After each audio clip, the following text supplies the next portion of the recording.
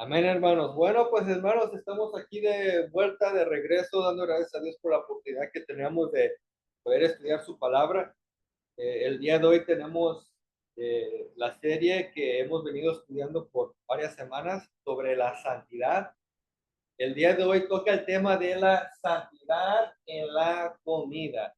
Amén. Santidad en la comida. Así que vamos a ir comenzando con el texto que se encuentra en Primera de Pedro, capítulo 1, versículos 15 al 16, por favor. Así que me acompañen ahí. Primera de Pedro, capítulo 1, versículos 15 al 16. Quien lo tenga, me ayuda a leer. Designó como aquel que os llamó es santo, sed también vosotros santos por vuestra manera de vivir. Porque sed santos. Amén. Entonces, hermanos, tenemos aquí el apóstol Pedro, que si ustedes estudian lo que viene siendo el Nuevo Testamento, nos vamos a dar cuenta que fue uno de los pilares de la iglesia en el primer siglo. Y aquí tenemos su primera carta eclesiástica o su primera carta dirigida a la iglesia, donde manda que los miembros de la iglesia practiquen un estilo de vida en santidad completa. Si se fijan en el versículo 15, dice, sean santos en toda vuestra manera de vivir. Amén, en toda. Eso es lo que llamamos santidad completa. Y para respaldar su ordenanza, él citó el pasaje de la Biblia hebrea en el versículo 16, donde dice, porque escrito está, sed santos porque yo soy santo. Entonces, él está utilizando la Biblia para respaldar este mandato. Cuando él le pide a la iglesia que sean santas en toda vuestra manera de vivir, no se lo está inventando, lo está sacando de lo que está escrito. Ahora, ¿dónde es que está escrito? ¿Dónde está esta parte de la Biblia donde dice sean santos porque yo soy santo? Ahora, recuerden que cuando Pedro está escribiendo esto, el Nuevo Testamento no existía como lo tenemos hoy, porque apenas estaba escribiendo. Entonces, cuando en el Nuevo Testamento dice porque escrito está o porque la escritura dice así, se está refiriendo a lo que ya estaba escrito, a la Biblia que tenían ellos en ese momento. Entonces, en ese entonces, en el primer siglo, ¿cuál era la Biblia que tenía la iglesia? La Torá, ¿qué más?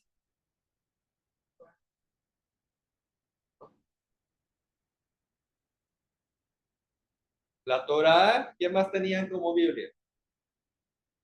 No, recuerda que estaba dividida en tres partes. La Torá, la ley, los Los profetas, profetas, exactamente, los profetas, Nevi'im, y el último, lo que tuvimos. Ketubim, los escritos. ¿Ok?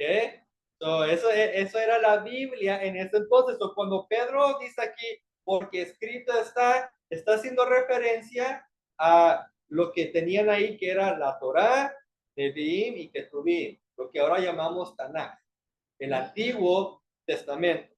Entonces vamos al Antiguo Testamento para que vean la parte que él está citando. So, Pedro, en esta parte de la Biblia, lo sacó de Levítico, capítulo 11, versículos 45. Vamos a ir para que vean que esto viene de aquí.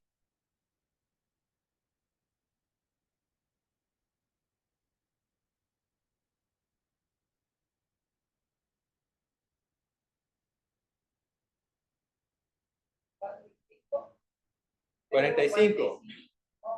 Sí, 45.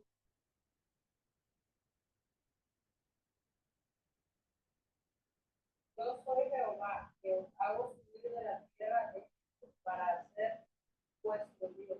Seréis pues santos, porque yo soy santo. Amén. Eso sí pueden ver cómo esto es lo que Pedro hizo referencia. Dice, seréis pues santos porque yo soy santo. Cuando Pedro está mandando a la iglesia que vivan en santidad, lo está sacando de la escritura que ya tenía él, Levítico 11:45. El libro de Levítico es el tercer libro de la ley o Torá. Tal como los otros libros de la ley, Levítico contiene varios mandamientos, ordenanzas o instrucciones para el pueblo santo de Dios. Lo interesante de este versículo que citó Pedro en su primera carta es que su contexto inmediato habla sobre las leyes o instrucciones alimenticias que Dios estableció. Eso, el contexto inmediato, o sea, lo que viene antes y después de este pasaje que Pedro está citando, está hablando sobre la comida. Este es el contexto de este pasaje. Esto es el contexto también de lo que está citando Pedro. Al citar el pasaje de Levítico, indica que para Pedro aún validaba las leyes alimenticias como un estándar de santidad tanto para él como para la iglesia. Si para Pedro esto ya no tenía relevancia o ya no importaba, pues no tendría sentido que lo estuviera citando. Pero si lo citó es porque para él esto es importante, igual el contexto de esto es importante. El hecho de que la Biblia manda a ser santos dentro del contexto de las ordenanzas dietéticas nos enseña que el comer es parte de ser santos en toda nuestra manera de vivir, como dijo Pedro.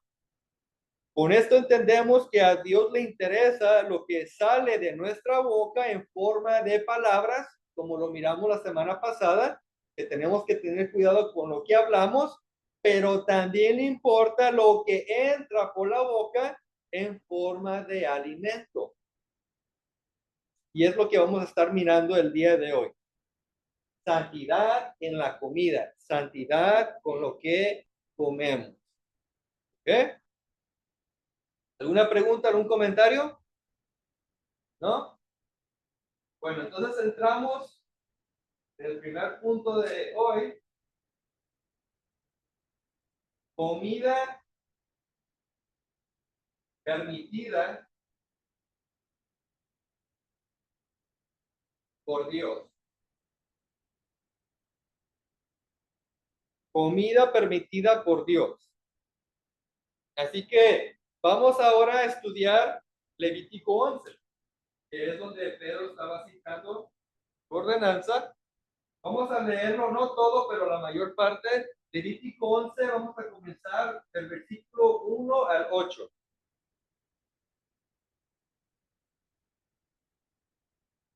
Vamos a ver, según lo que dijo Dios, cuál es la comida que Él permita que su pueblo coma. Habló, A ver, adelante, Cindy. habló Jehová a Moisés y a Aarón diciéndoles, hablad a los hijos de Israel y decidles, estos son los animales que comeréis de entre todos los animales que hay sobre la tierra. De entre los animales, todo el que tiene pezuña hendida y que rumía, éste comeráis. Pero de los que rumían o que tienen pezuña, no comeráis estos. El camello, porque rumía, pero no tiene pezuña hendida, lo tendréis por inmundo. También el conejo, porque rumía, pero no tiene pezuña, lo tendréis por inmundo. Asimismo la liebre, porque rumía, pero no tiene pezuña, la tendréis por inmunda. También el cerdo, porque tiene pezuñas y es de pezuñas hendidas, pero no rumía. Lo tendréis por inmundo. De la carne de ellos no comeráis, ni tocaráis su cuerpo muerto. Lo tendráis por inmundos. Amén. Entonces, hermanos, podemos ver según este pasaje de Levítico sobre una lista de animales de la tierra que son permitidos por Dios para comer. Y lo que podemos ver aquí es que hay dos características o requisitos que podemos identificar a un animal para saber si Dios lo permite o no lo permite. A ver si pudieron captar cuáles son los dos requisitos. Ok, lo primero es la pezuña. Quizá hay pezuña hendida, ¿verdad? ¿Qué entienden ustedes por eso? Abierta. Ok, so lo que significa ahí es que está partida. Ok, entonces pezuña, vamos a poner pezuña dividida para que sea más fácil entender. So, el primer requisito de los animales permitidos es que tenga pezuña hendida o pezuña dividida. ¿Ok? ¿Cuál es el segundo requisito? Ok, que tiene que rumiar. Ahora, quizás para ustedes sea primera vez que escuchan esto, rumiar, el verbo rumiar, ¿ok? Se oye un poquito raro, pero es un español antiguo, lo que estamos leyendo. Rumiar lo que es la habilidad de masticar, tragar y después regurgitar la comida para volverla a masticar, ¿ok? So eso es lo que la palabra española rumiar significa. Lo comen, lo mastican, se lo tragan y luego lo sacan, lo mastican otra vez y se lo comen. Ahora, animales como las vacas hacen eso. Hay varios animales que así los diseñó Dios. Y es lo que significa rumiar. Pero les voy a enseñar que esta traducción creo que no es la mejor. ¿Ok? Y ahorita les voy a enseñar por qué. La palabra rumiar, cuando vamos al hebreo, viene de dos palabras hebreas. Ma'ale, gerar. ¿Ok? Cuando si van al texto hebreo, van a ver que se dice Ma'ale Gerá.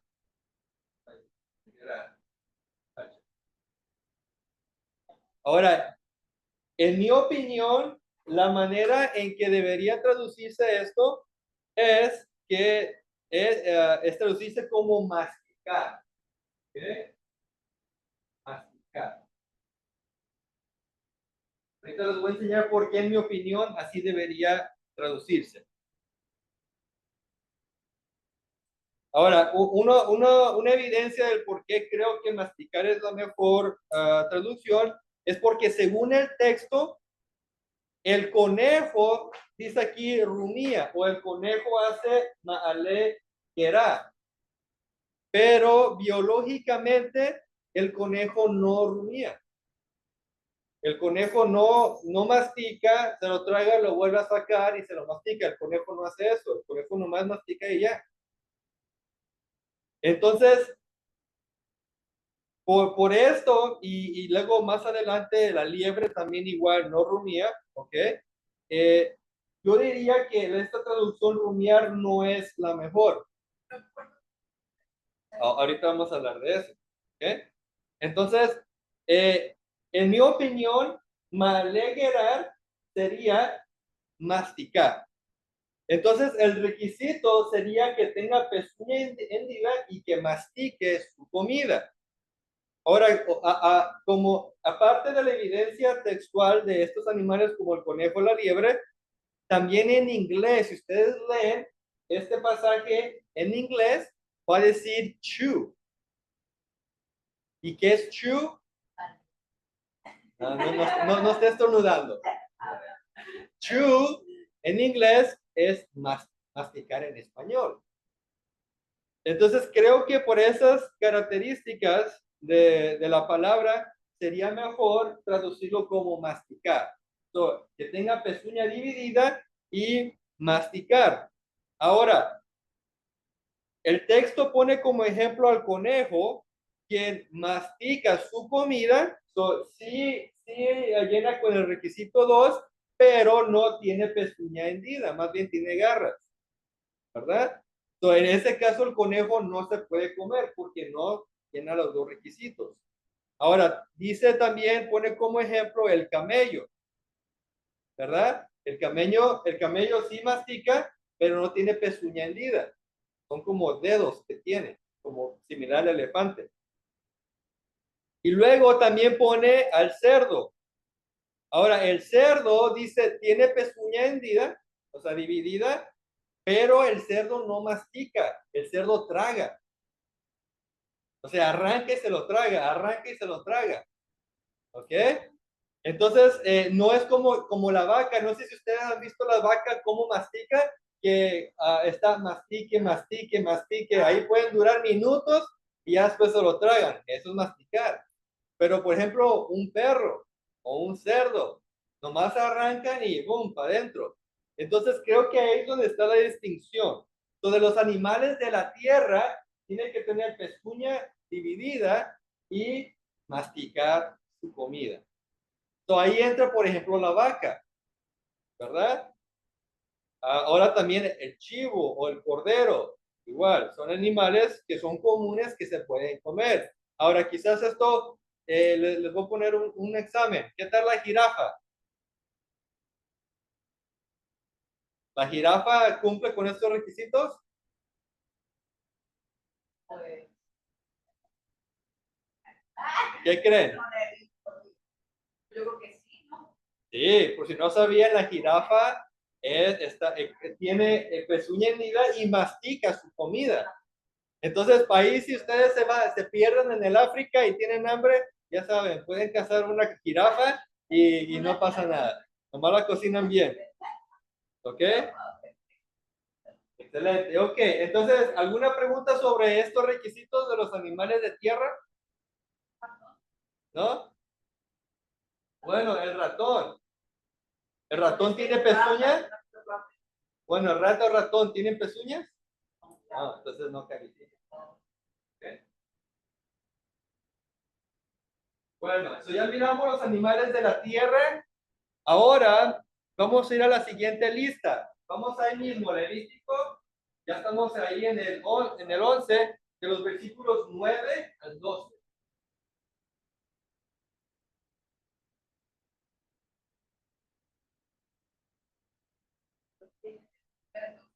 Sí. Esto comeréis de todos los animales que tienen las aguas, todos los que tienen aletas, escamas, las aguas del mar, en los ríos, de todos los que no tienen aletas, escamas en el mar, en los ríos, todos los saben, como de toda cosa que está en las aguas, desde traes a los. Amén. So, según este pasaje, los animales del agua que Dios permite que comamos son los que tienen aletas y escamas. Esas son las dos características de los animales del agua que podemos comer. Así que todo animal acuático que no tenga estas características no es permitido comerlos. ¿Ok? Igualmente, bajo la definición bíblica, los mariscos están prohibidos. ¿Por qué? Porque los mariscos no tienen aletas y escamas. Entonces, por ejemplo, ¿qué tal el delfín? ¿Se pudiera comer? ¿Por qué no? Porque tiene aletas, pero no escamas. ¿Qué tal el tiburón? ¿Qué tal el catfish o el bagre? No, tiene piel. No, no tienes cama. Exactamente. ¿Qué tal el salmón? Sí, el salmón tiene aletas y escamas. ¿Qué tal la mojarra? Sí, también, ok. El camarón, los cangrejos, las langostas. No, ¿verdad? Una langosta es un camarón más grande. Entonces, estos son animales que están prohibidos. Entonces, si no cumple con estos requisitos, bíblicamente Dios no lo permite. ¿Amén? ¿Alguna pregunta? El camarón y la langosta, ¿eso no se puede comer? No, no tiene escamas ni tampoco tiene aletas. ¿Ok? Pero O si sea, tiene el las que te lo, aletas de abajo, abajo. Sí, pero no tiene escamas. Ahora, de que se puede comer, se puede comer. Obviamente va uno al restaurante, a la marqueta, lo compra y lo cocina y se lo come. Pero a Dios no lo agrada. ¿Ok? Para Dios eso no es santidad. Bueno, vamos a continuar. Yo sé que a algunos quizás no les está gustando el estudio, pero ni modo. Sí. Vamos ahora vamos a continuar. Levítico capítulo 11, vamos ahora a los versículos 13 al 19, por favor.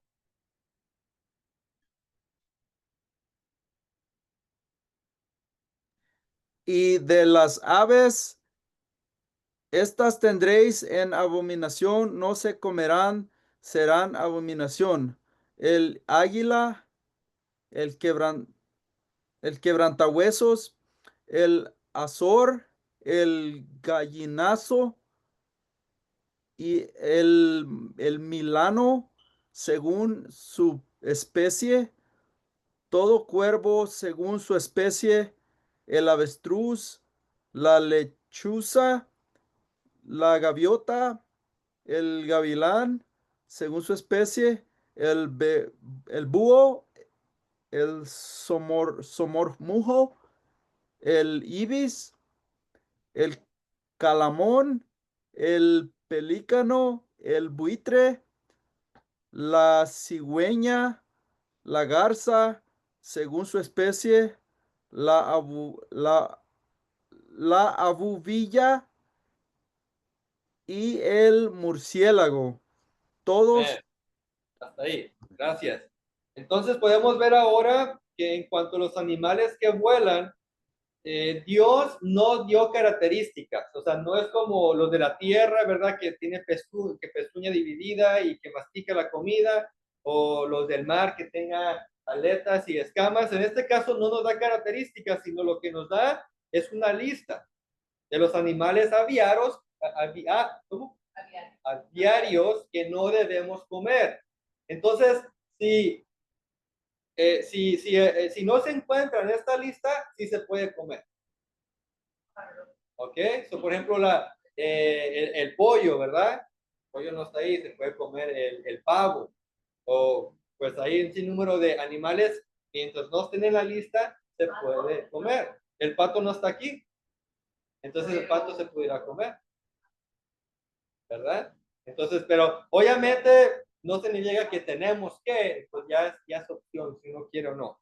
Pero sí se puede comer según lo que dice la escritura. ¿Ok?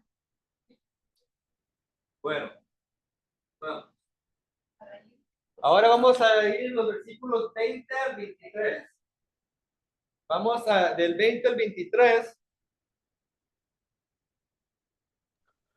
todo insecto alado que anduviere sobre cuatro patas tendréis en abominación, pero esto comeréis de todo insecto alado que anda sobre cuatro patas, que tuviese piernas, además de sus patas, para saltar con ellas sobre la tierra.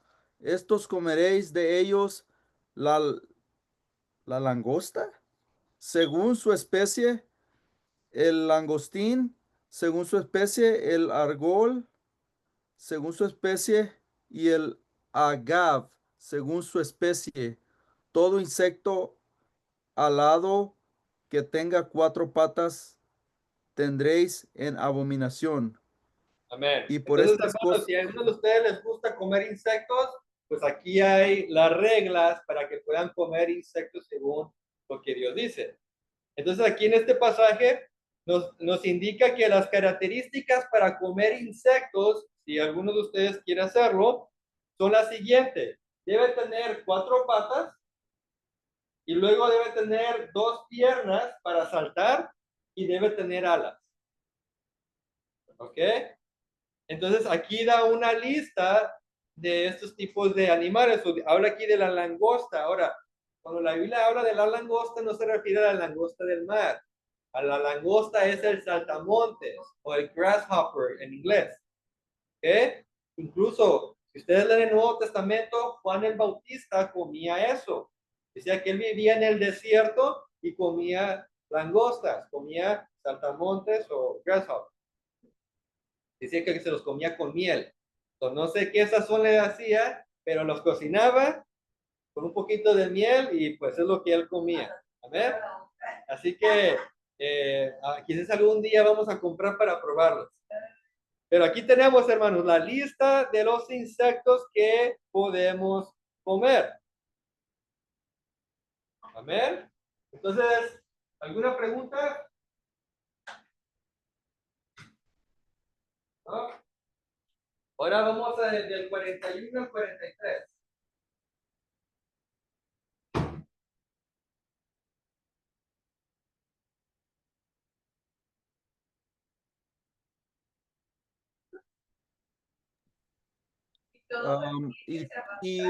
Y todo reptil que se arrastra sobre la tierra es abominación, no se comerá.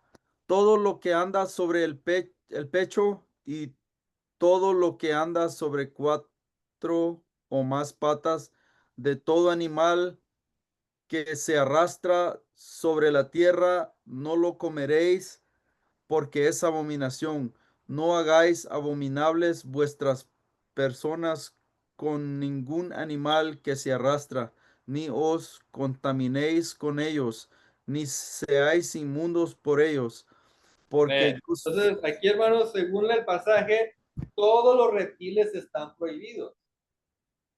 ¿Ok? Entonces, en las culturas de uno, muchos acostumbran comer la iguana. Que, por ejemplo, un caldo de iguana, incluso los huevos de tortuga, que mucha gente lo come. Según la Biblia, eso es algo prohibido, no se debe hacer. Ahora, algo importante de resaltar sobre esta larga lista de animales que son prohibidos para comer es que para Dios es abominación comer estos animales. La palabra abominación significa que le da asco a Dios, que Dios no lo soporta. Así que por este motivo es que nosotros como su pueblo santo debemos procurar evitar comer los animales inmundos, ¿ven? Porque a Dios no le agrada. Ahora, el mundo lo hace, algunos quizás por ignorancia, algunos porque ya saben, pero lo siguen haciendo. Pero como hijos de Dios y hablando de la santidad en el comer, debemos tratar de alinear nuestros hábitos con la palabra de Dios, si es que queremos practicar santidad. Si no nos importa la santidad y no queremos ser santos como Dios es santo, pues ya es cuestión de cada quien. Pero si queremos servir a Dios, el mandato es ser santos como Él es santo y parte de la santidad tiene que ver con el comer. ¿Alguna pregunta?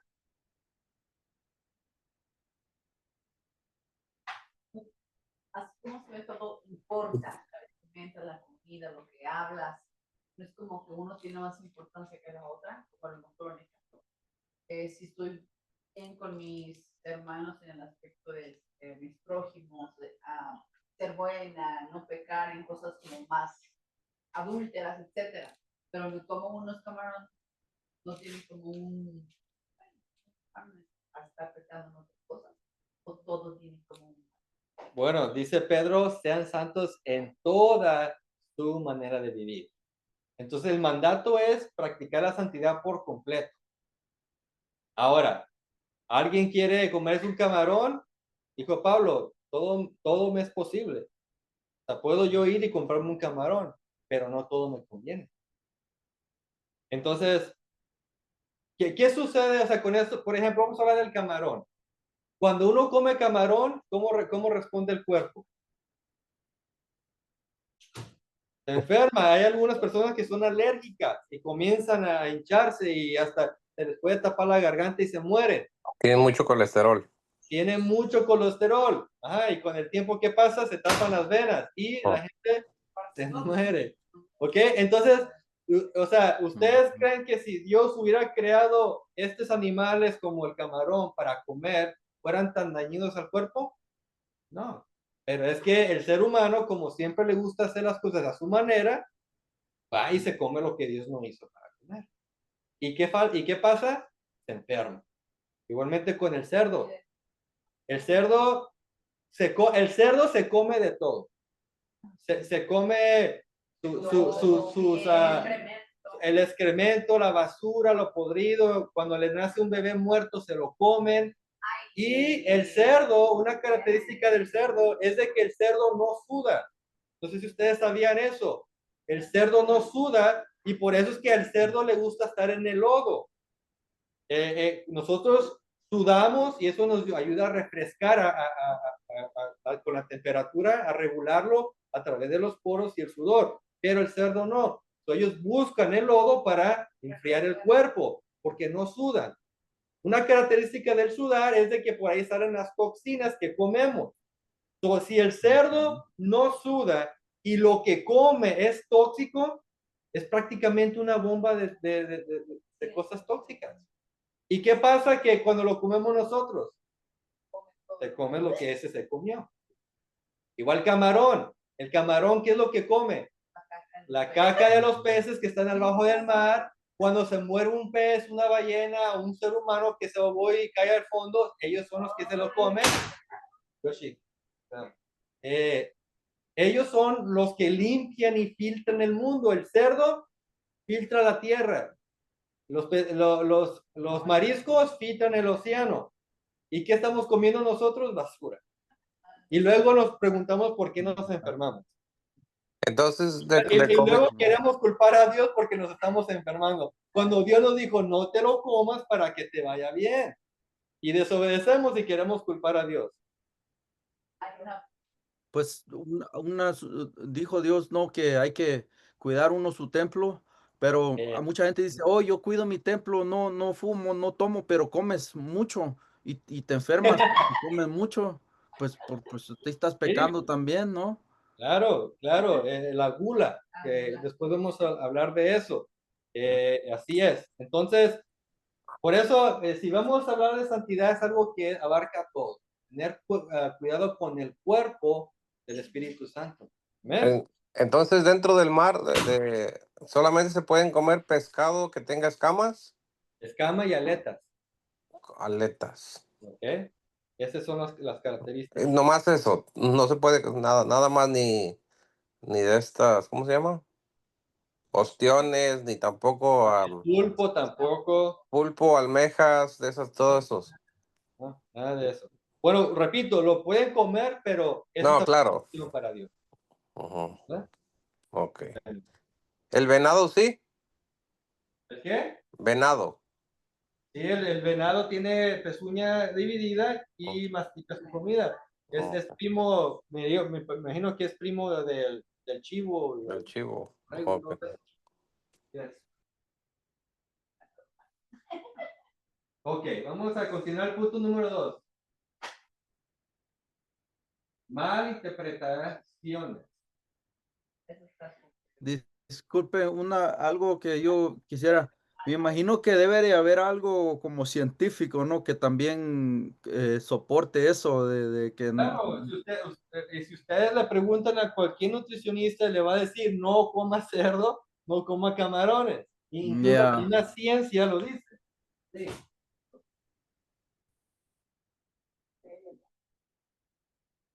Ay, disculpe, hermanos, es muy difícil escribir aquí, pero malinterpretaciones. ¿Ok?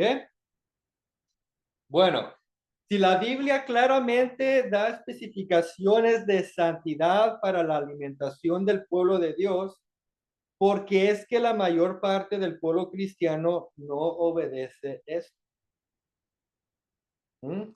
¿Por qué no obedece? El motivo por el cual la iglesia cristiana ignora las leyes alimenticias es por malas interpretaciones de ciertos pasajes del Nuevo Testamento. A continuación vamos a estudiar 3 pasajes del Nuevo Testamento que se han usado para excusar la desobediencia en cuanto a las leyes alimenticias. Amén. Vamos a ver cómo utilizan la Biblia para decir, me voy a echar un taco de camarón. ¿Ok? Bueno, el primer pasaje que vamos a estudiar, primero de Timoteo, versículo 4 versículos 4 al 5. Primera de Timoteo, capítulo 4, versículos 4 al 5.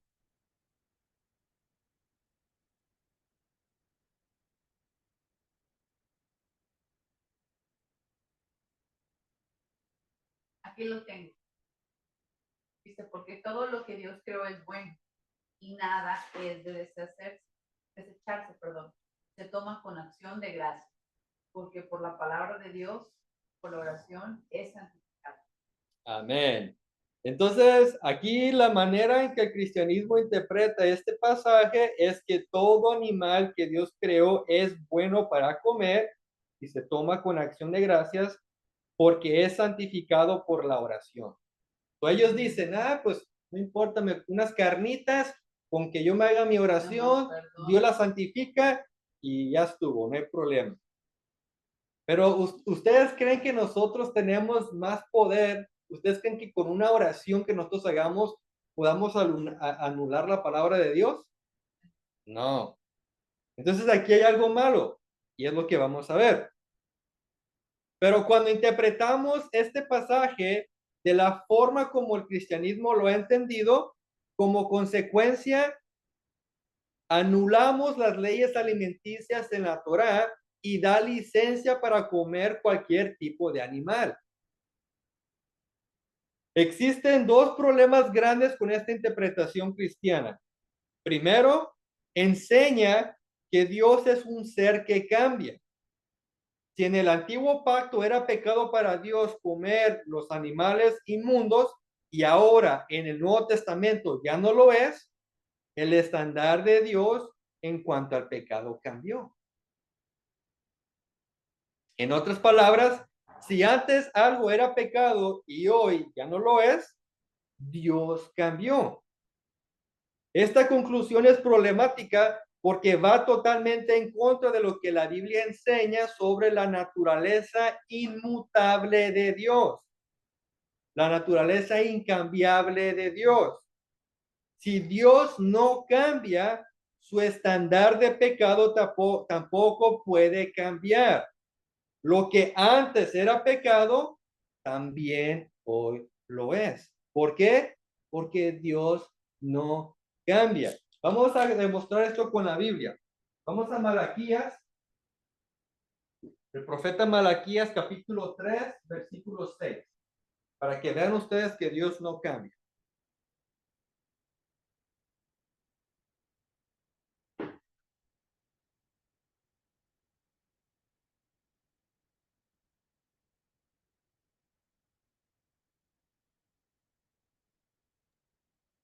Dice, porque yo Jehová no cambio, por esto, hijos de Jacob, no habéis sido consumidos. Amén. Dice, el texto dice, porque yo, Jehová, cambio. Así dice. Ujú. Porque yo les voy a dar leyes en un tiempo y después voy a cambiar de mente y voy a cambiar. No, ¿verdad? Que yo no El cambio. texto dice, porque yo no cambio. Ujú. O sea, la naturaleza de Dios, una cualidad de Dios es que Él es siempre el mismo. Vamos ahora a Isaías. El profeta Isaías, capítulo 40, versículo 8. Isaías 40, versículo 8.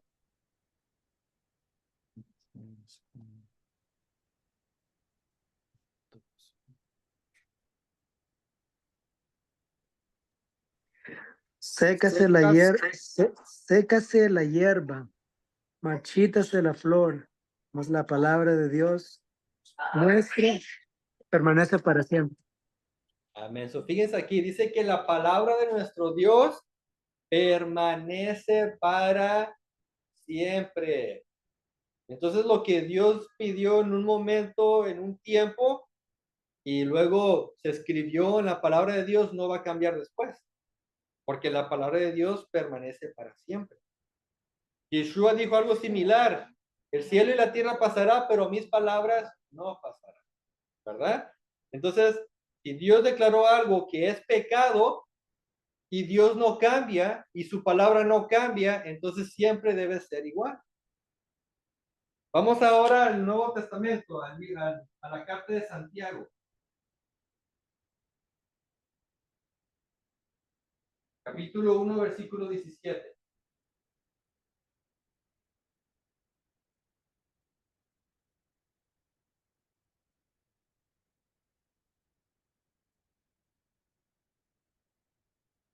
Santiago 1, 17.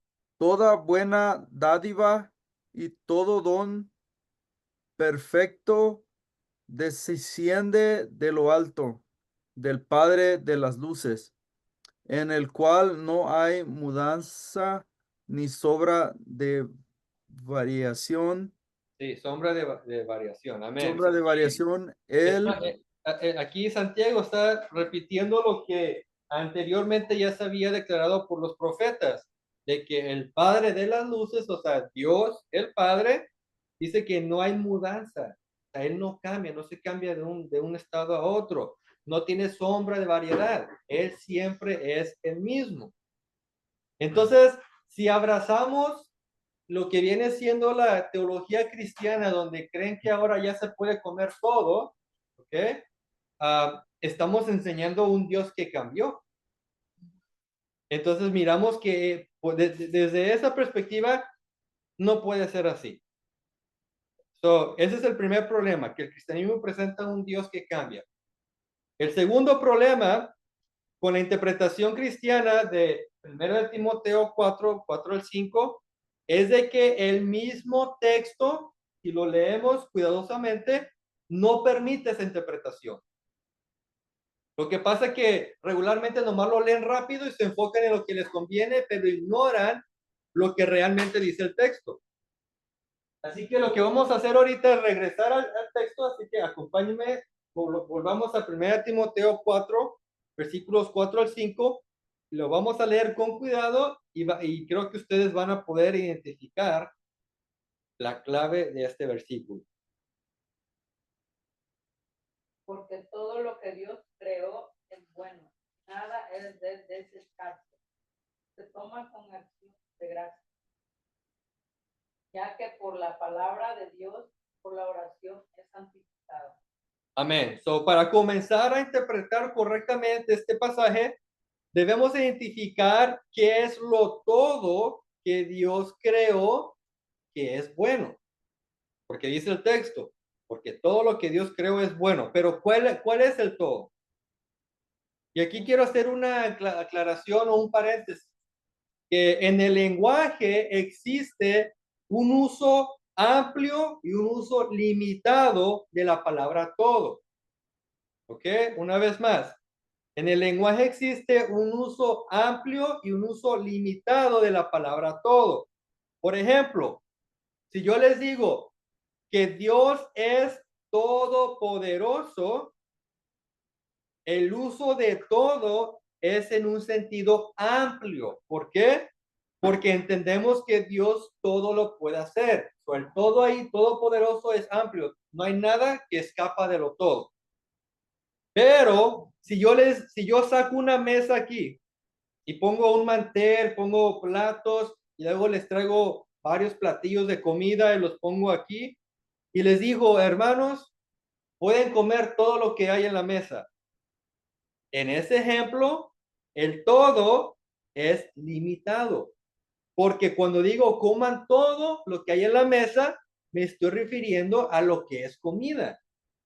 No le estoy diciendo que coman los platos, que le echen mordidas a los utensilios, que agarren el mantel y le echen mordidas. No, o sea, el contexto importa.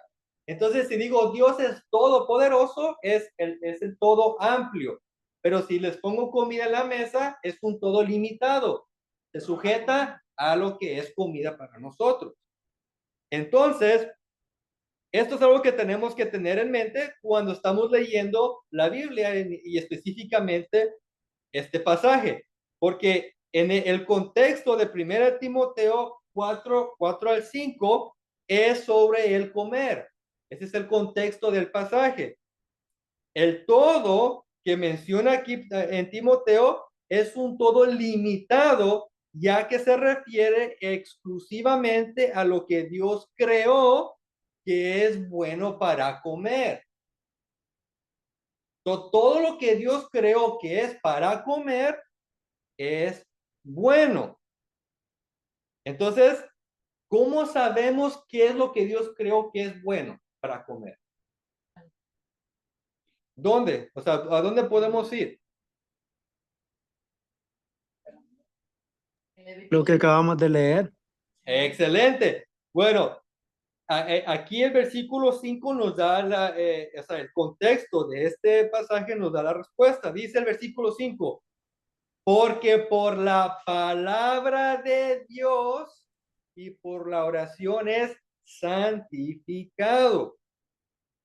Ahora, muchos ignoran cuando dice palabra de Dios. No me dice, con acción de gracias y con la oración ya estuvo. No, dice que la comida, que lo que Dios creó que es bueno para comer, es santificado por la palabra de Dios y la oración.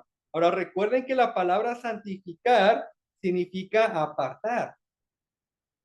Entonces, Dios creó todos los animales, pero cuando Él nos dio una lista de los animales que podemos comer y que no podemos comer, ahí Dios santificó dentro de su creación los animales que podemos comer.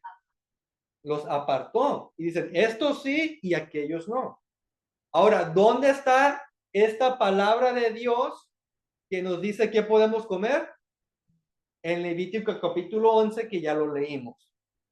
Entonces, lo que enseña este pasaje es de que todo lo que Dios creó que es bueno para comer, que está en la palabra de Dios, podemos comerlo, dando gracias a Dios y orando para santificarlo.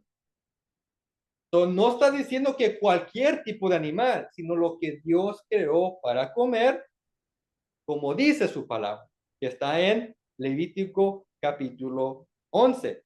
¿Y Así solamente que, está ahí? ¿O hay otra parte donde está? también se repite en Deuteronomio. Está en el Ok. texto paralelo. Ajá. Si no me equivoco, creo que es el capítulo 14, si no me equivoco. Oh, ok. Entonces, Pero no hay- el punto aquí es que si la Biblia lo permite, es bueno y podemos comer. Si la palabra de Dios lo prohíbe, hay que abstenernos, no hay que comerlo. Esto es santidad en el comer, santidad con la comida. Amén. Entonces miramos que la interpretación que enseña el cristianismo en cuanto a este versículo no tiene nada que ver. Primero, Dios no cambia. Y segundo, todo lo que Dios creó que es bueno para comer está ya en la palabra de Dios. O tenemos que ir ahí para ver qué es lo que Dios creó para comer. Y lo que no creó para comer no es bueno para comer, aunque se pueda comer. Amén. ¿Alguna pregunta, algún comentario antes de continuar?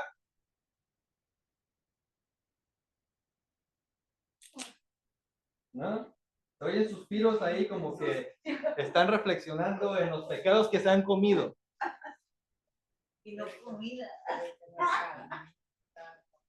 Okay. Ahora vamos a otro pasaje, hermanos. Pasaje número 2. Vamos a analizar 3 pasajes. Vamos a ir al pasaje de Dios que se encuentra en Marcos capítulo 7, versículo 19, por favor. Marcos 7, 19.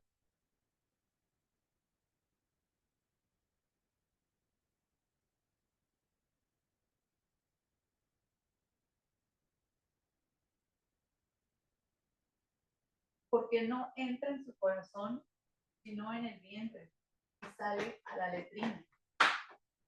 Sale a la letrina.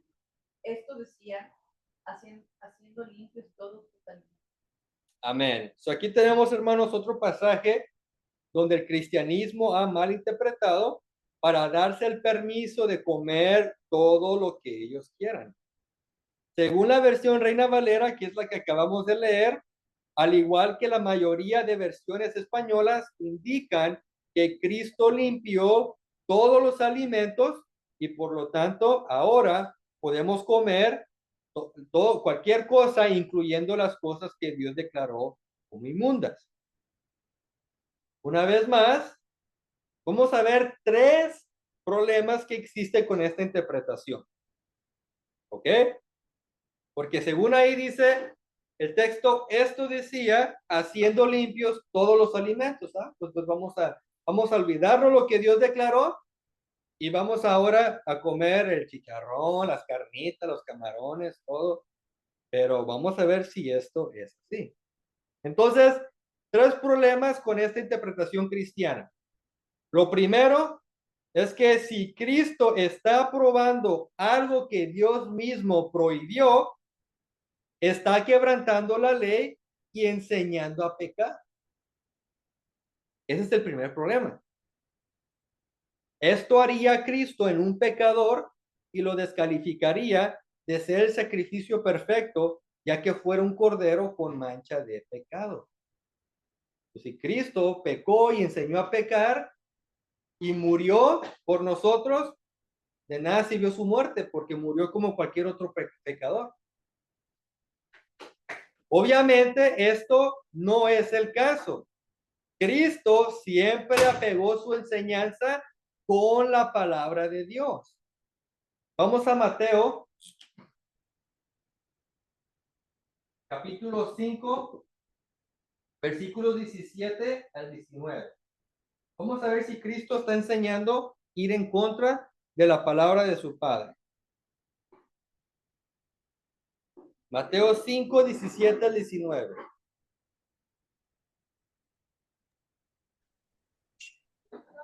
No penséis que he venido para abrogar la ley o los profetas.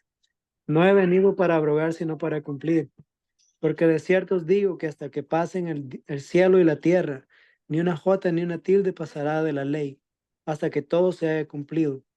De manera que cualquiera que quebrante uno de estos mandamientos muy pequeños, y así enseñe a los hombres, muy pequeño será llamado en el reino de los cielos. Mas cualquiera que los haga y los enseñe, este será llamado grande en el reino de los cielos. Pues fíjense, ¿ustedes creen que Cristo se oye como alguien que vino para anular lo que previamente el Padre había declarado? No, a lo contrario. Dice, no piensen, o sea, en otras palabras, ni se les ocurra por la mente que vengo para anular lo que está en la ley de los profetas. ¿Y qué está en la ley? Santidad en la comida. Dice, no crean que vine para eso, sino más bien vine para cumplir. A Cristo no lo miraron comiéndose un caldo de camarones. Cristo no fue a Michoacán para comerse unas carnitas allá, unos tacos de carnitas. No, Cristo vino para cumplir la ley y parte de la ley es la comida.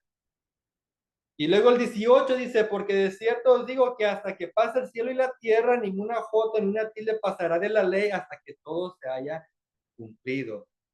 En otras palabras, está repitiendo lo que dijo Isaías, que la palabra de nuestro Dios permanece para siempre. Y luego el 19, que aquí es donde quiero llamar la atención. Porque según la teología cristiana, Cristo vino a limpiar todos los animales, así que ya podemos ignorar los mandamientos de Dios. Dice el 19, de manera que cualquiera que quebrante uno de estos mandamientos muy pequeños, y así enseña a los hombres, muy pequeño será llamado en el reino de los cielos. Entonces, si Cristo vino a quitar las leyes de la alimentación, Cristo está quebrantando la ley y él será muy pequeño en el reino. ¿Ustedes creen que Cristo es el más pequeño en el reino? ¿Cristo qué es? Exactamente. Él es el Rey de Reyes. Entonces, para poder ser grande en el reino de los cielos, entonces tuvo que haber cumplido como termina el versículo. Dice, mas cualquiera que los haga y los enseñe, hablando de los mandamientos de Dios, este será llamado grande en el reino de los cielos.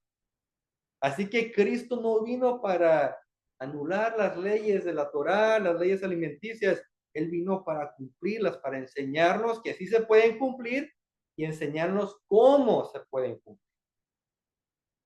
Entonces, estamos desmantelando esa teología cristiana, que Cristo no vino para limpiar todos los alimentos.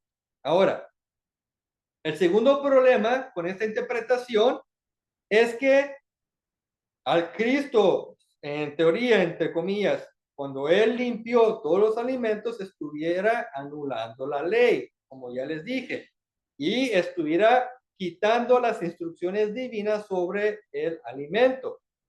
Al hacer esto, Cristo estuviera cayendo en el mismo error de los fariseos, quienes invalidaron los mandamientos de Dios por enseñar sus propios mandamientos. Vamos a Marcos, ya estábamos a eso, vamos de regreso ahí a Marcos, capítulo 7, vamos a ver los versículos 6 al 9.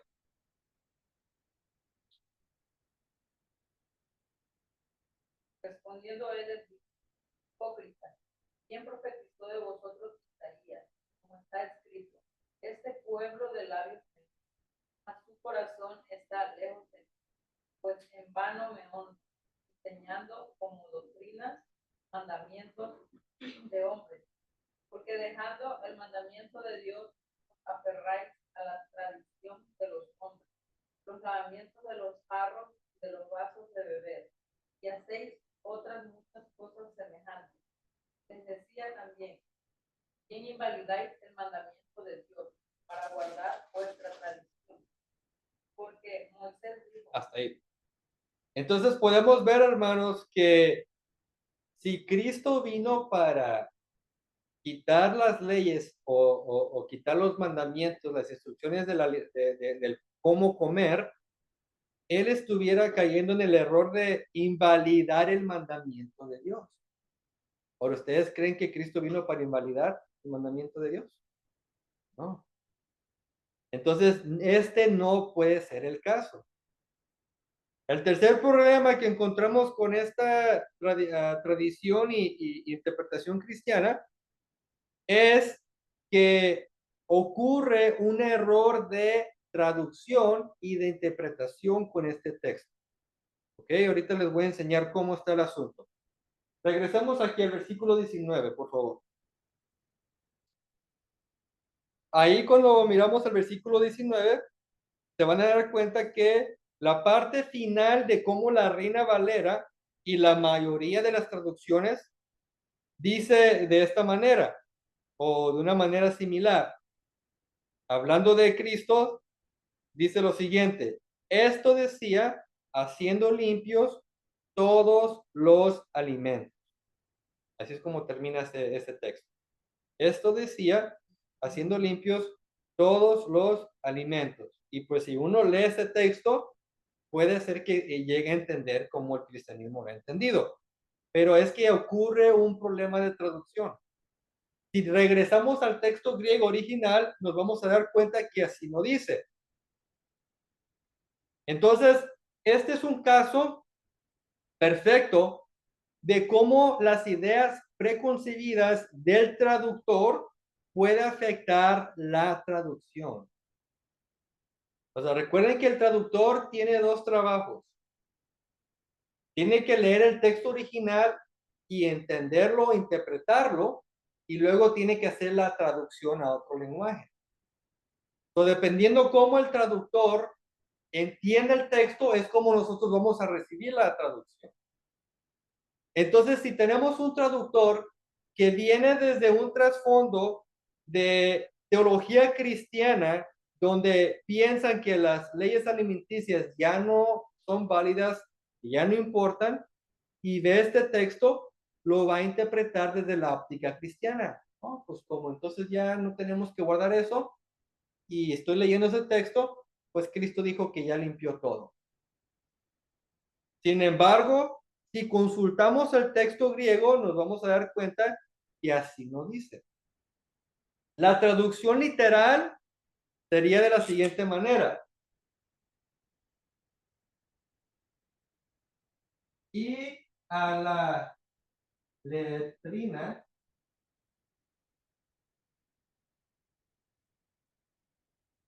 sale purgando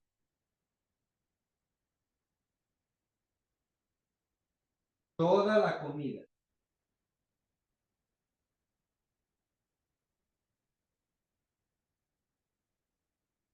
¿Okay? Una vez más, si nos vamos al texto griego y lo leemos literalmente como está, diría: y a la litrina sale purgando toda la comida.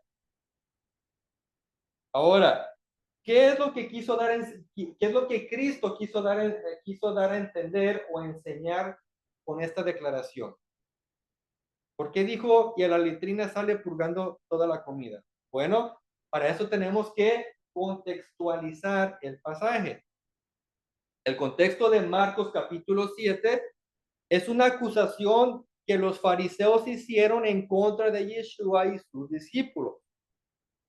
El problema era que los fariseos tenían una tradición de hombres que requería lavarse las manos antes de comer.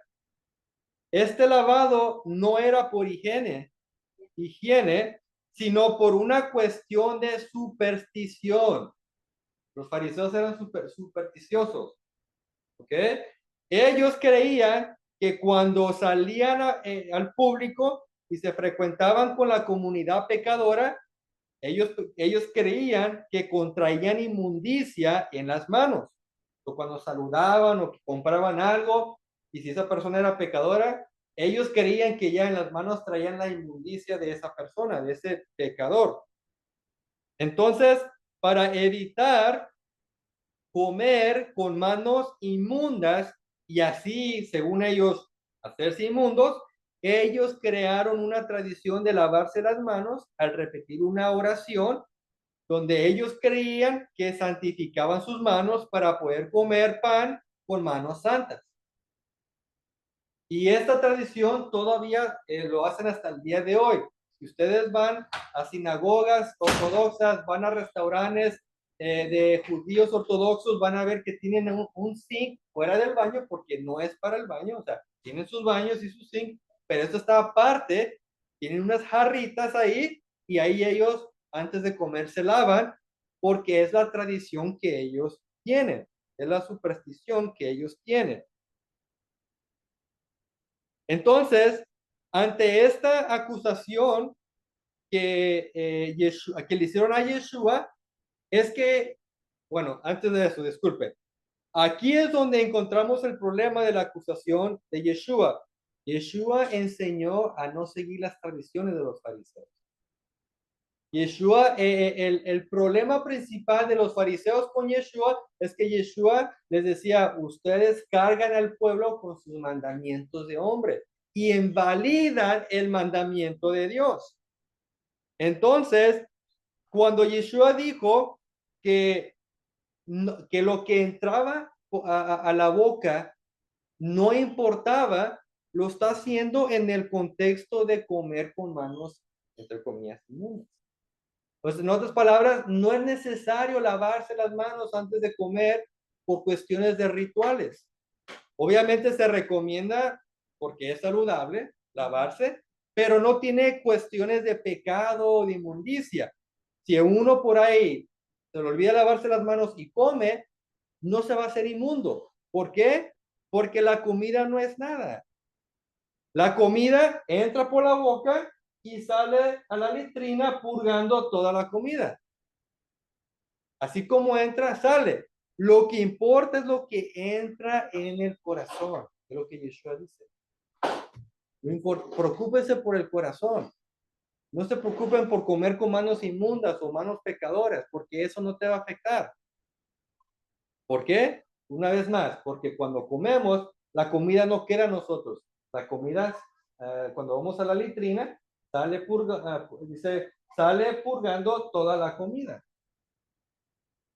Y como confirmación de que esto es correcto, comencé yo a buscar varias versiones o traducciones de la Biblia y encontré varias que lo traducen así. Por ejemplo, tenemos la Biblia del oso. No sé si ustedes han escuchado esa Biblia. ¿Sí? So, la Biblia del oso, que aquí tengo una copia, uno de ustedes, de mis hermanos, me hizo este hermoso regalo. La Biblia del oso, para los que no saben, es la primera Biblia que se hizo al español o la primera traducción completa de la Biblia al español. Y fue hecha en 1569. Así que ya mero cumple 500 años. ¿Okay? Entonces, esta Biblia se llama del oso porque aquí en la portada tiene un oso comiendo miel, es lo que se escogió, por eso se le llama la Biblia del oso. En esta traducción dice lo siguiente, porque no entra en su corazón, hablando de la comida, sino al vientre, y sale el hombre a la secreta, que es una palabra antigua para la letrina, y purga todas las viandas. Así dice aquí, si alguno de ustedes lo quiere ver, se los puedo enseñar. Pues esta Biblia confirma esta traducción. También tenemos otra Biblia que es un poco más moderna, se llama Biblia del Jubileo. Igualmente dice, porque no entra en su corazón, sino en el vientre, y sale el hombre a la letrina y purga todas las viandas. Y luego en inglés tenemos también la Biblia King James, que dice lo mismo. Tenemos también International Standard Version, que también dice lo mismo. Webster's Bible Translation y Smith Literal Translation. Esas Biblias traducen igual aquí. Entonces, aquí este pasaje no está declarando que Cristo vino para decir, pueden comer todo, sino está enseñando que este ritual que tenían los fariseos no es importante, porque lo que importa es lo que entra en el corazón, no lo que entra al vientre, porque lo que entra al vientre va a salir, pero lo que entra en el corazón se queda ahí. Y esto es lo que significa el pasaje. ¿Amén? ¿Alguna pregunta antes de continuar? Ya estamos terminando. ¿No? ¿Ninguna pregunta? Bueno, vamos al último pasaje que vamos a estudiar. Hechos capítulo 10, versículos 9 al 16.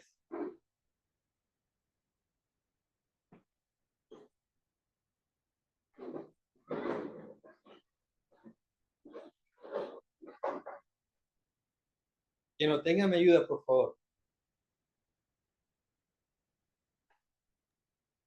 9. Al día siguiente, mientras ellos iban por el camino y se acercaban a la ciudad, Pedro subió a la azotea para orar cerca de la hora sexta y tuvo gran hambre y quiso comer, pero mientras le preparaban algo, les sobrevino un éxtasis y vio el cielo abierto y que descendía algo semejante a un gran lienzo que atado de las cuatro puntas era bajado a la tierra, en el cual había de todos los cuadrúpedos terrestres y reptiles y aves del cielo. Y le vino una voz: levántate, Pedro, mata y come. Entonces Pedro dijo: Señor, no, porque ninguna cosa común o inmunda he comido jamás. Volvió la voz a él la segunda vez: lo que Dios limpió, no lo llames tú común. Esto se hizo 3 veces y aquel lienzo volvió a ser recogido en el cielo.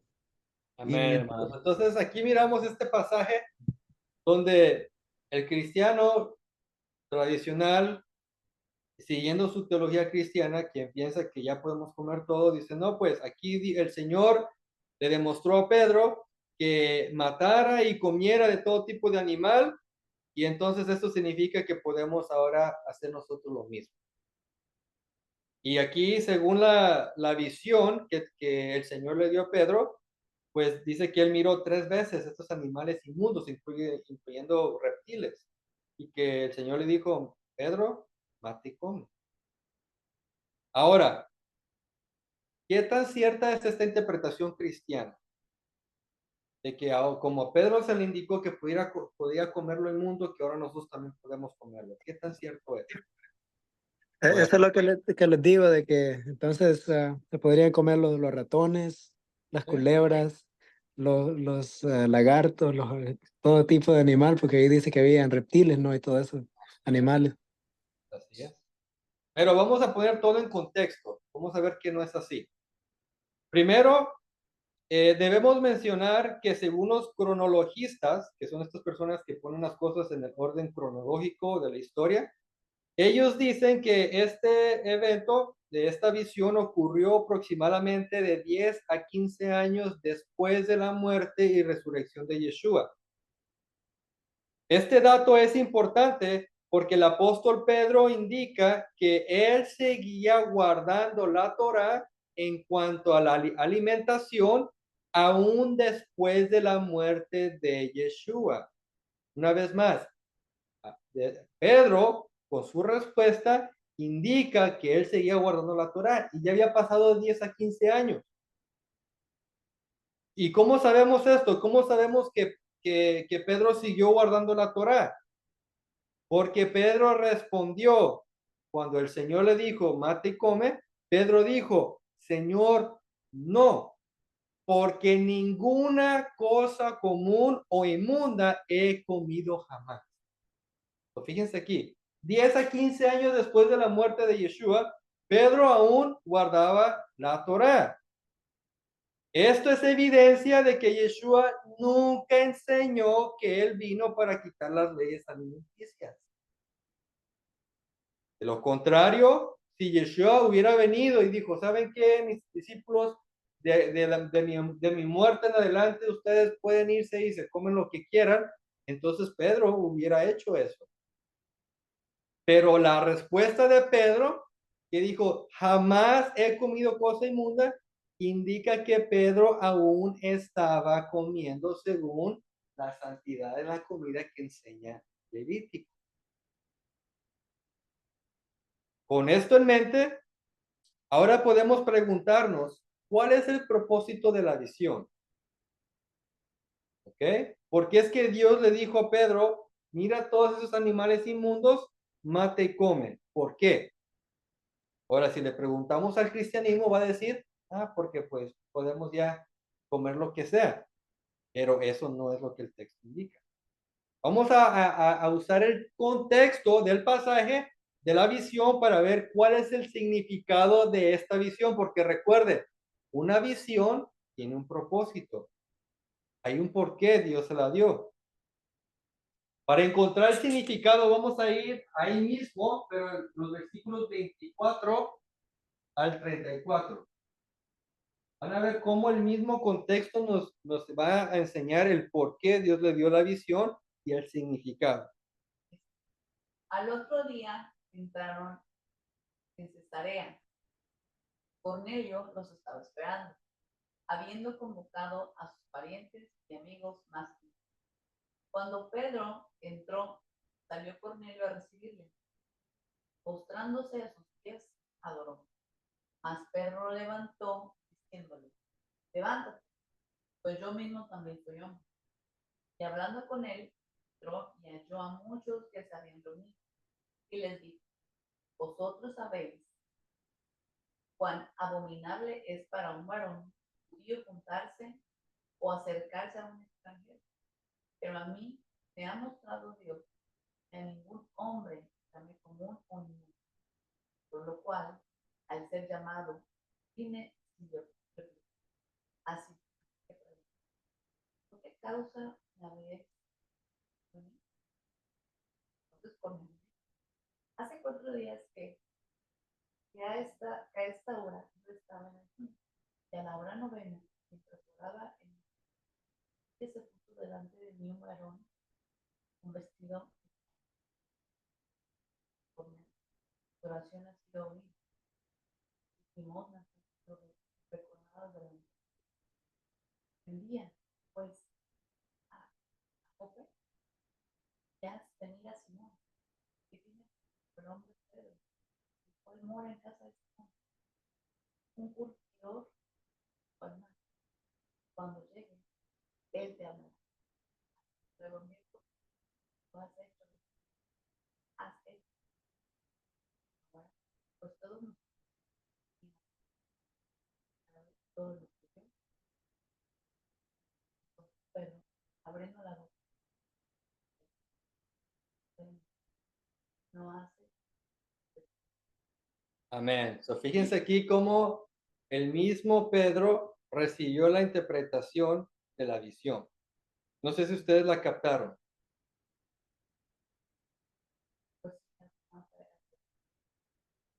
Y pues está hablando de los gentiles que llamaban, ¿cómo se dice? Inmundos. Exactamente. Como podemos ver, este pasaje nos interpreta la visión. En el versículo 34, Pedro entendió que la visión se trataba sobre el hecho de que Dios no hace acepción de personas o no hace distinción de gentes. ¿Por qué el Señor tuvo que enseñarle esto a Pedro? ¿Ok?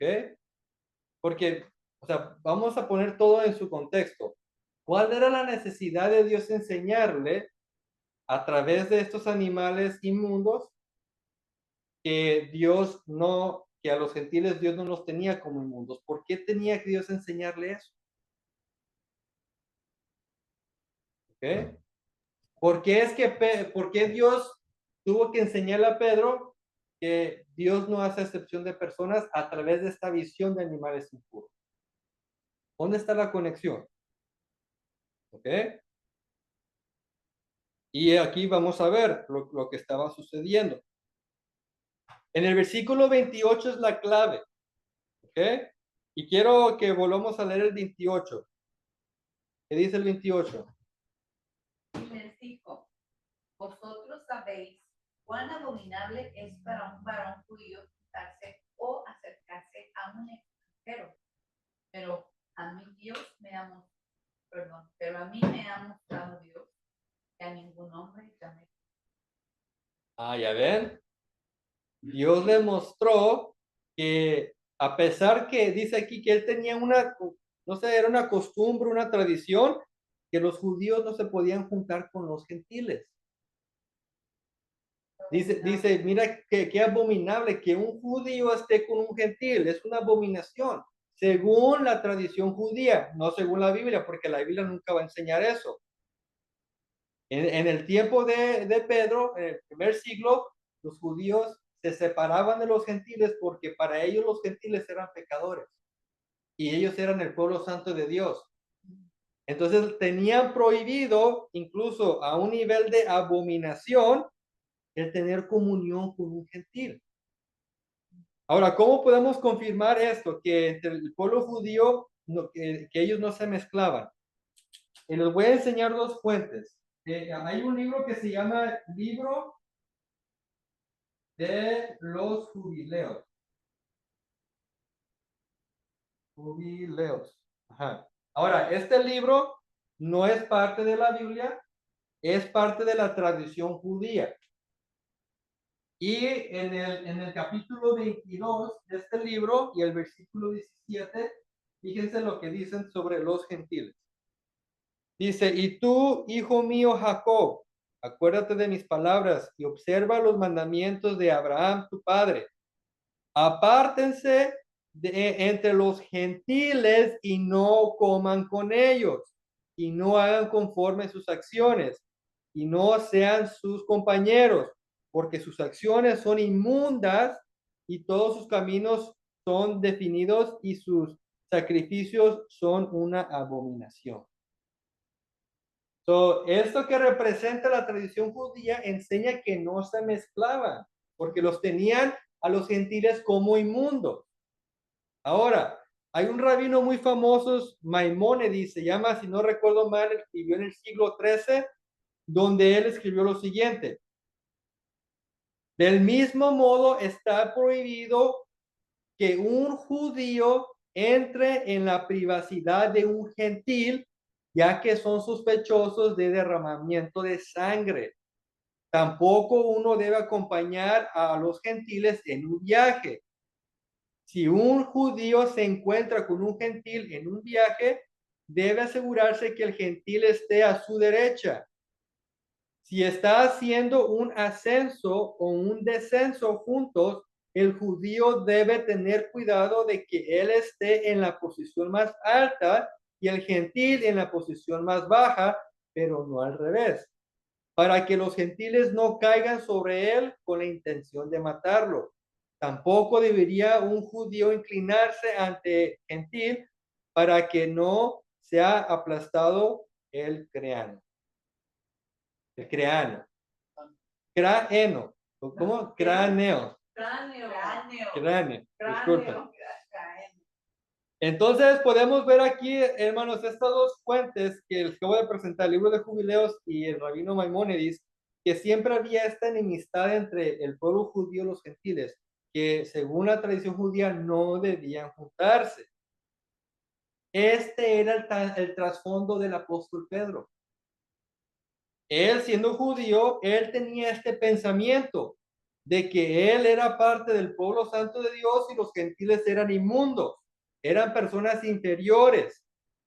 Y el problema es que este pensamiento, primero que todo, no es bíblico, y segundo, no dejaba que se cumpliera el mandato de ir a las naciones o a los gentiles para predicar el evangelio.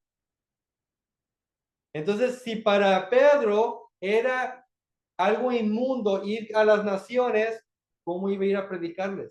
No podía. Y es por eso que el Señor tuvo que enseñarle a través de una visión donde había animales inmundos que representaban a los gentiles que según ellos eran inmundos. Y esto era para demostrarle que para Dios los gentiles eran ahora aceptados a través de Cristo. De que a pesar de que para ellos eran inmundos, para Dios no lo era. Eso fue después. Sí, de 10 a 15 años después de Cristo. ¿Okay? Bueno, sí, pero Pedro seguía guardando sus tradiciones judías. Y es por eso que Dios le dio la visión. Y aquí es donde está la cosa al revés. Porque la visión representaba que los judíos eran aceptos. Es lo que el texto dice, es como se interpreta. Por eso Pedro dice, ahora entiendo. Antes no entendía. Ahora entiendo que Dios no hace excepción de personas. Pero ¿qué es el cristianismo? Como ellos quieren comer de todo, toman la visión que es simbólica y lo hacen literal. Y entonces, pues como eso fue lo que el Señor le demostró a Pedro, entonces vamos a comer de todo. Pero no, la visión tiene un significado y el significado era que ahora Dios acepta a los gentiles. ¿Y por qué le tuvo que enseñar esto? Porque lo estaba preparando para que cuando la invitación de Cornelio, un gentil italiano, lo invitara, él respondiera sí. Porque bajo su trasfondo judío, él hubiera dicho no. ¿Cómo voy yo a ir a una casa de los gentiles? Eso es abominación. Pero no, Dios tuvo que prepararlo y lo hizo a través de la visión que era simbólica, representando a Cornelio y a todos los gentiles que iban a venir después de él. Así para los judíos solo tenían que estar con judíos. Y todos los demás eran mexicanos. No importa si romanos, ¿sí? samaritanos. Incluso hasta el día de hoy, el judaísmo en sí, ellos no evangelizan. Porque a ellos no les interesa eso. Ellos dicen, nosotros somos el pueblo de Dios, los gentiles, ellos que hagan lo que quieran, a ellos no les importa ir evangelizando. Solo es como su propia comunidad. Ahora, si hay un gentil que quiere unirse a la comunidad, lo puede hacer a través del proceso de conversión que tienen ellos, pero ellos no andan afuera evangelizando, ¿verdad? Porque a ellos no les interesa eso. ¿Por qué? Porque esa es la mentalidad que tienen. Y no creen en Cristo. ¿Sí es? Entonces, fuera de enseñar que ahora podemos matar y comer cualquier tipo de animal, la visión representaba que ahora los gentiles tienen oportunidad de ser salvos a través del evangelio. Eso es lo que significa la visión. No es de que podemos comer ahora cualquier cosa. Entonces, hermanos, yo sé que hemos estado aquí extensos, me disculpan, pero tenía que terminar el estudio. Como conclusión, aunque no sea un tema popular, la Biblia enseña que debemos guardar la santidad con lo que comemos. hemos interpretado correctamente los pasajes bíblicos que el cristianismo ha malinterpretado para justificar su desobediencia. De modo que no hay excusa para vivir en santidad con lo que entra por nuestra boca. Como último, les voy a leer yo este pasaje, 1 de Corintios, capítulo 10, versículo 31. Fíjense lo que dice.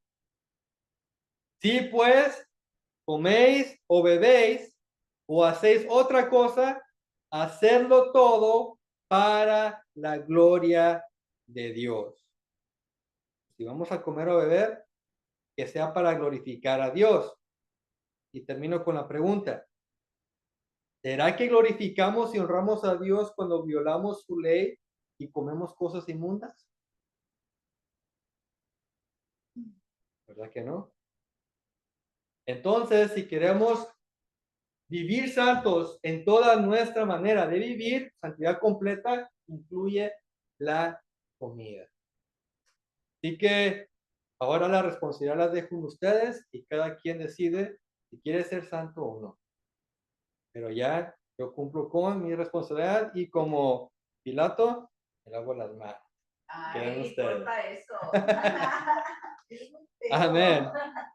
Bueno, hermanos, en este bonito espíritu, vamos a concluir. ¿Alguien tiene una pregunta, comentario sobre el tema? Yo tengo, el salmón, ¿sí se puede comer o no? Sí. No. Tiene escama y tiene aletas, así se puede el salmón. Y la tuna también. También, la tuna también. Ok, listo. Excelente. ¿Alguien más? ¿Pregunta, comentario? ¿Qué le pareció el tema? Yo otra vez, la otra cita bíblica donde vienen los alimentos, ¿la tienes o? Creo que es de Deuteronomio 14, pero no estoy seguro. Deuteronomio 14. Ok. ¿Y era Levíticos qué? ¿Dónde viene? 11. Deuteronomio 14 y Levíticos 11. Ok, gracias. Amén. ¿Alguien más? ¿Pregunta, comentario, reflexión, cuestión? ¿O están enojados porque no les gustó el tema? No. Entonces ahorita tiro todos los camarones que tenía ahí. Sí. Especialmente esos camarones a la diabla. No es cierto, no es cierto. No, está muy interesante el tema porque hace tiempo nosotros también nos habían comentado el de Hechos y que allí dice claramente que pues, o sea, ya está limpio, que ya uno puede comer y pues que la oración es poderosa y pues como Jesús vino a cumplir la Torá, pues ya nosotros ya no tenemos que hacer nada. Entonces, eso fue al principio, pero conforme nosotros íbamos leyendo que pues se lee el texto y el contexto, por mucho que se quiera torcer, la verdad no se puede. Así es. Excelente. ¿Alguien más? ¿Pregunta, comentario? ¿No saben quién tiene un criadero de estas jirafas? O se me ve que voy a echar una en birria. Vamos al zoológico a ver si nos... Va a comer una birria, una jirafa. A ver cómo sabe la birria. Muy bien. Amén, amén. ¿Alguien más? ¿No? El conejo dijiste que no se puede condenar, el conejo no. No Ni tiene pezuña. la ardilla tampoco. Tampoco. Ok. Bueno. Bueno, hermanos, pues están calladitos, entonces espero que ya no haya preguntas. Pues vamos a concluir el día de hoy. Así que mis hermanos que están mirando la grabación, espero que sean edificados y si se molestan, denle la queja a Dios, porque Él pone las reglas, yo no. Solamente yo repito lo que dice la Escritura. Amén. Así que Dios me los bendiga y nos vemos la próxima semana.